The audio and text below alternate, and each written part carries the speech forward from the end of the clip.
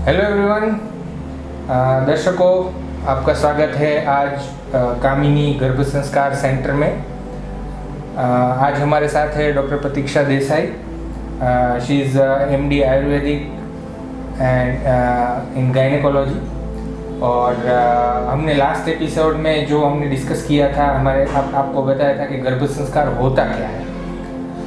आज हम डॉक्टर देसाई से रिक्वेस्ट करेंगे, अनुरोध करेंगे कि आज वो हमें बताए कि गर्भ संस्कार करना क्यों चाहिए, इसकी आवश्यकता क्या है।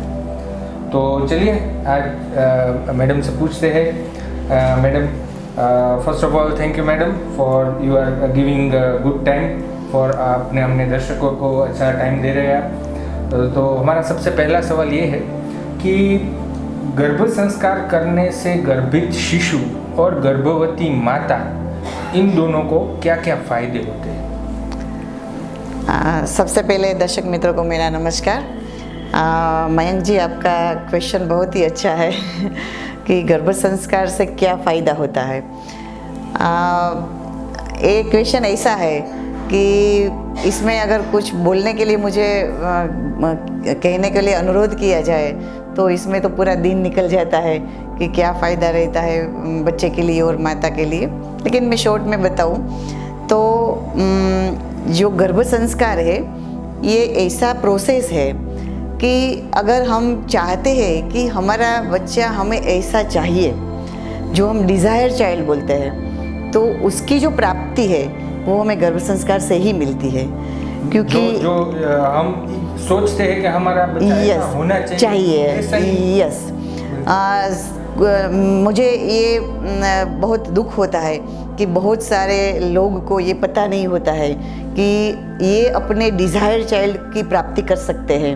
क्योंकि सबको ऐसा ही लगता है कि जब प्रेग्नेंट हो जाते हैं तो बाद में हम गर्भ संस्कार कराएंगे, लेकिन ऐसा कुछ नहीं है। अगर हमें ऐसी हमारी कोई ड्रीम है कि जैसे कि हमारा बेबी है वो ऐसा, उसकी इतनी हाइट चाहिए, उसका बिल्डअप ऐसा होना चाहिए, उसका जो कलर है ये उसको जैसे कि बोलते हैं कि हमें गोरा कलर वाला बच्चा चाहिए, उसका हेयर हमें सिल्की चाहिए, उसकी आई है हमें ब्राउन चाहिए, ब्लू चाहिए, ब्लैक चाहिए, वॉटेवर जो भी उसकी ड्रीम है, तो वो कुछ भी ड्रीम जो है उसको हम फुलफिल कर सकते हैं वो आयुर्वेदिक के माध्यम से। तो गर्भ संस्कार ये है कि संस्कार है उससे हम गुण का आरोपण करते हैं। जैसे कि कोई हमें ऐसे जैसे कि हम एग्जांपल ले लें कि हमें टमाटर चाहिए, तो हम कैसे पहले जो छोटा वाला टमाटर मिलता था अभी थोड़ा हाइब्रिड हो गया, तो इसमें क्या किया कि जो जीन्स है उसमें हमने चेंजेस किया। तो इसी हिसाब से ये भी जो जेनेटिकल मटेरियल हमारा है कि जिस ओवम से या स्पर्म से बच्चा मिलता है, तो उसमें अगर हम गुण का आरोपण करते हैं तो डेफिनेटली हमें जो भी गुण वाला बच्चा चाहिए वो हमें मिल सकता है।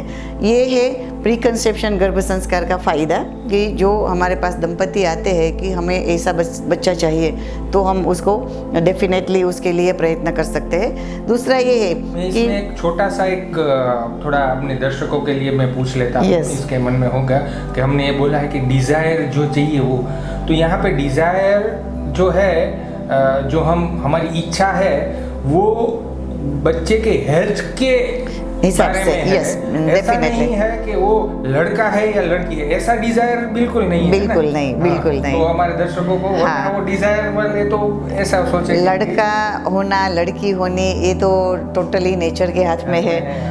और इसी हिसाब से ये जो जेंडर सिलेक्शन है वो तो टोटली इंडिया में बैंड है, उसके बारे में तो हमें सोचना भी नहीं चाहिए।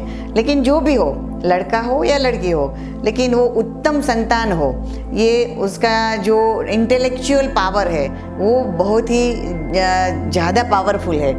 या तो उसका हेल्थ है, इम्यूनिटी है, वो अच्छी हो जाए, तो वो उसके अलावा मेरे हिसाब से पेरेंट्स को और क्या चाहिए कि उसका जो बच्चा है वो बीमार नहीं होता है, उसकी जो समझ शक्ति है वो बहुत ज़्यादा रहती है, उसका जो बोलते हैं ना कि उनकी आदतें वो जो अच्छी हो जाती है।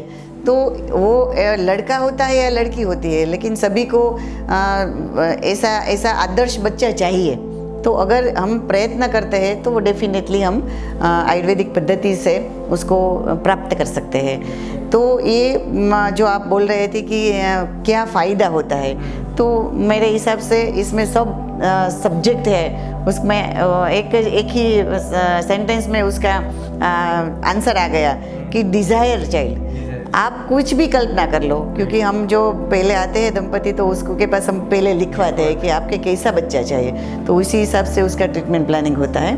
और दूसरा क्वेश्चन ये है कि माता को क्या फ़ायदा होता है। तो हाँ, डेफिनेटली जब तक बच्चा पेट में है तो माँ को समझ में नहीं आता है कि यस उसके साथ उसका बच्चा है वो जुड़ गया है, क्योंकि जब बच्चे की डिलीवरी होके उसके साथ में उसको हाथ में दे देते हैं तो उसको बहुत सारा जो पेशन है वो माँ में ऑटोमेटिक आ जाता है, लेकिन वो दिखाई नहीं देता है, उसके बारे में कभी कभी माँ सोचती नहीं है। तो माँ और बच्चे का जो बोलते हैं कि बॉन्डिंग वो गर्भ संस्कार से होता है, क्योंकि जब हमारे कोई भी बीज हमें अच्छा वाला होता है तो उसमें से अच्छा वाला वृक्ष मिलेगा।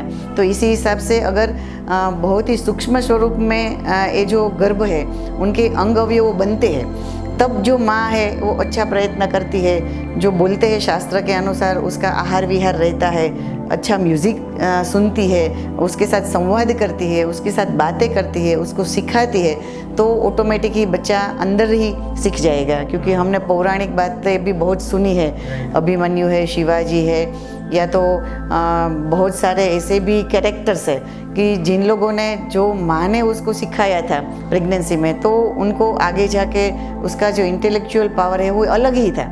तो वो क्या बताते हैं कि माता को ये सोचना चाहिए कि यस ये जो हम उसका जो बच्चा है वो उनके लिए बहुत ही इम्पोर्टेंट है। तो उसकी हिसाब से उसकी जो मानसिक परिस्थिति है वो थोड़ा स्ट्रॉन्ग हो जाती है, क्योंकि प्रेगनेंसी जब रहती है तो माँ को हॉर्मोन्स की चेंजेस की वजह से वोमिटिंग बहुत होती है, उसको खाने का जी नहीं करता है। तो वो ऐसा नहीं सोचती कि मेरे बच्चे को तो ये चाहिए, उनको दूध पीना चाहिए, उनको अच्छा वाला डाइट लेना चाहिए। वो तो ऐसा ही सोचती है कि मुझे अच्छा नहीं लगता है तो मैं नहीं खाऊंगी। लेकिन अगर उसको ये समझाया जाए, उसको ट्रेनिंग दिया जाए, काउंसलिंग किया जाए, उसको बच्चे के बारे में बार बार बताया जाए, तो उसको ये पॉइंट ही निकल जाता है कि मुझे ये अच्छा नहीं लगता है। और बच्चे का जो डेवलपमेंट है वो 80% डाइट से होता है। तो अगर माँ का डाइट जो अच्छा रहेगा तो उनकी भी हेल्थ अच्छी रहेगी, उनका इम्यूनिटी पावर भी अच्छा रहेगा और बच्चे का डेवलपमेंट भी अपने आप ही बहुत ही अच्छा रहेगा। तो मदर की हेल्थ पर भी ये जो गर्भ संस्कार है बहुत ही इफेक्ट करता है। और दूसरा है म्यूज़िक। तो म्यूज़िक सुनने से वैसे भी हमारा थकान सब दूर हो जाती है, हम भी एंजाइटी म्यूज़िक से ही दूर करते हैं। तो ये म्यूज़िक के बच्चे को तो फ़ायदा होता है, लेकिन मदर के जो ब्रेन में अच्छा हार्मोन्स है वो सिक्रेट होता है, तो उसकी वजह से भी मदर की हेल्थ है वो इम्प्रूव होती है। तो ऐसा कोई भी हम एक्टिविटी ले लो, क्राफ्ट वर्क, ड्राइंग वर्क, या उसको जो महीने के हिसाब से जो हम एक्टिविटी करवाते हैं, इवन योगा, प्राणायाम, मेडिटेशन, तो उससे मदर का तो हेल्थ इम्प्रूव होता ही है।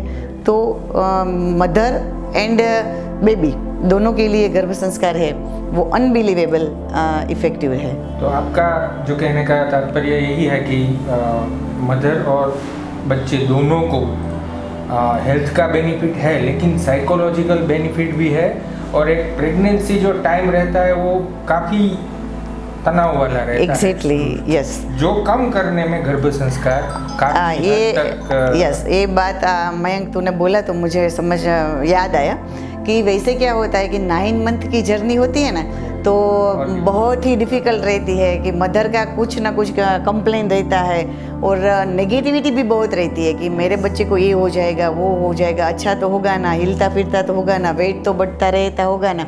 लेकिन हमारे यहाँ जो गर्भ संस्कार में जुड़े हुए बहनें जो भी लेडीज़ है, तो उनका साइकोलॉजी पावर बहुत ही स्ट्रॉन्ग होता है, वो बहुत ही पॉजिटिव रहती है।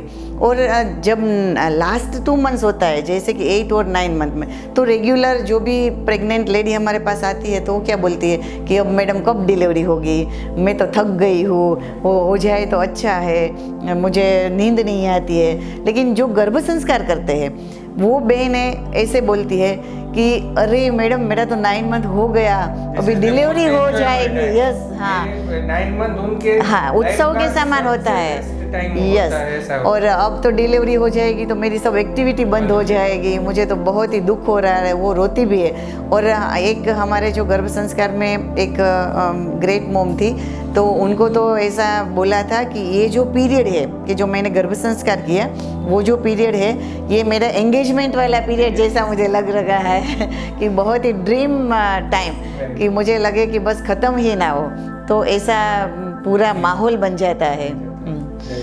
Thank you.